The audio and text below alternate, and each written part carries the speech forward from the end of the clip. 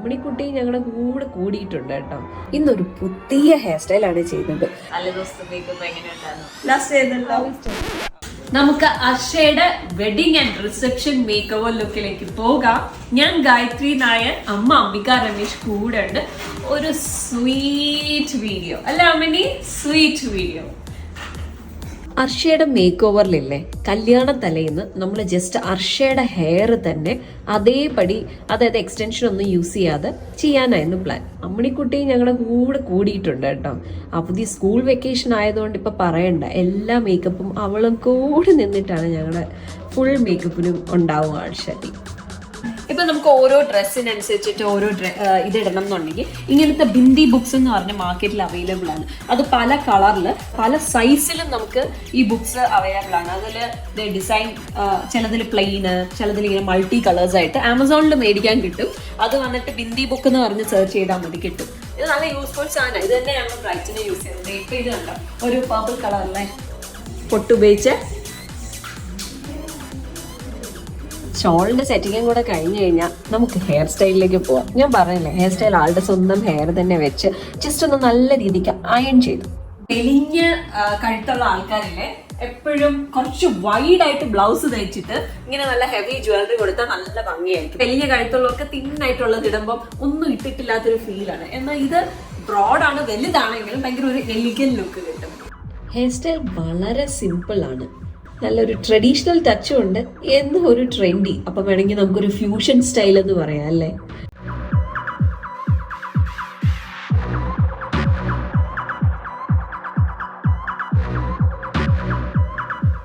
അപ്പൊ ഇഷ്ടപ്പെട്ട ലുക്കെല്ലാം full traditional സ്റ്റൈലിലുള്ള ornaments ഒക്കെ കൊടുത്ത് ആണ് റെഡിയാക്കിയത്. അതുപോലെ തന്നെ ഈവൻ ഹെയറിൽ വെച്ചേക്കുന്ന ആക്സസറിയും കൂടി ട്രഡീഷണൽ അറ്റയറിന്റെ കൂടെ പോകുന്ന രീതിയിൽ ആക്സസറി ഒക്കെ വെച്ചിട്ടാണ് റെഡിയാക്കിയത്. അപ്പൊ നമുക്കിനി വെഡിങ് ലുക്കിലേക്ക് പോകാം.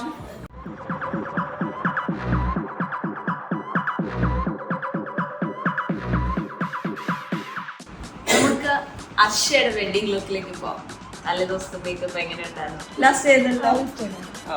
ഇപ്പൊ എല്ലാ ബ്രൈഡ്സും നെയിൽ ആർട്ടും കൂടെ ചെയ്യുമ്പോൾ പിന്നെ ഒന്നുകൂടി ഭംഗിയാണ്. സ്കിൻ പ്രിപ്പറേഷനും കളർ കറക്ഷനും ഒക്കെ കഴിഞ്ഞിട്ട് നമ്മൾ നേരെ ഐ മേക്കപ്പിലേക്ക് പോയി. ഐ മേക്കപ്പ് വന്നിട്ട് ഒരു കോപ്പർ ഷെയ്ഡ് കൊടുത്തിട്ടാണ് ചെയ്തത്.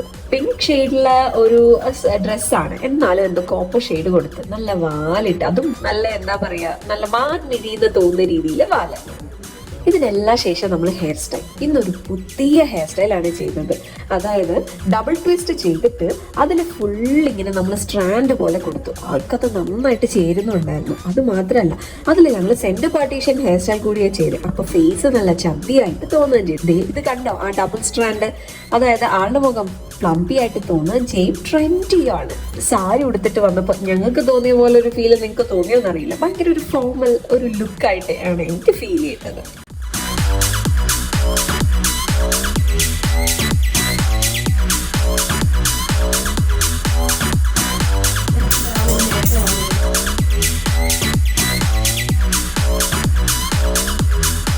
ഇനി നമുക്ക് പൂ വയ്ക്കാം. പൂവില്ലേ, ആസ്റ്റർ ഫ്ലവറും ജിപ്സവും കൂടെ മിക്സ് ചെയ്ത് കുറച്ച് മാത്രം മുല്ലപ്പൂ വെച്ചു. സാധാരണ ബ്രൈഡ്സിനെ പോലെ ഫുള്ള് ഞങ്ങൾ കവർ ചെയ്തില്ല. ആ ഒരു ഫോർമൽ ലുക്ക് അങ്ങനെ തന്നെ ഇരുന്നോട്ടെ എന്ന് കരുതി.